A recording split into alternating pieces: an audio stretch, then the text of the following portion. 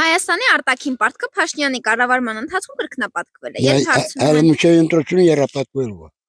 Երբ հարցում են ինչ է այդ 8 միլիարդ դոլարը, ասում է զենք եմ գնել, հավատում եք։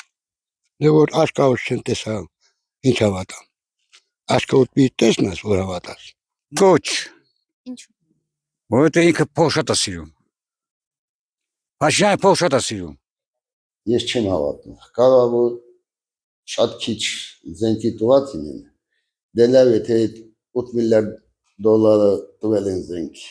Բա Հայաստանի եկամուտները ինչ են։ Հայաստանի ունեցված կա հնարավոր չի լավ ոսկի ունեն, բրինձ ունեն, ամեն մոլեբդին ունեն, ամեն ինչ ունեն։ Բայց այդ եկամուտները ուրա։ Լրիվ ծախել են, ամբողջ Հայաստանը ծախել են, սեփականացրել, այդ տները պետական պահեին,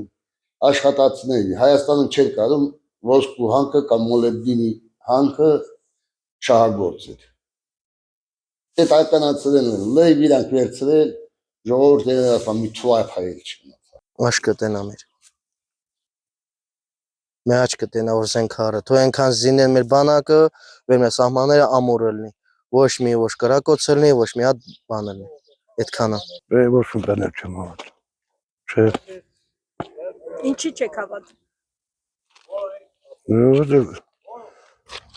Ասում եմ, բայց դե ոչ են ասում ինչ որ։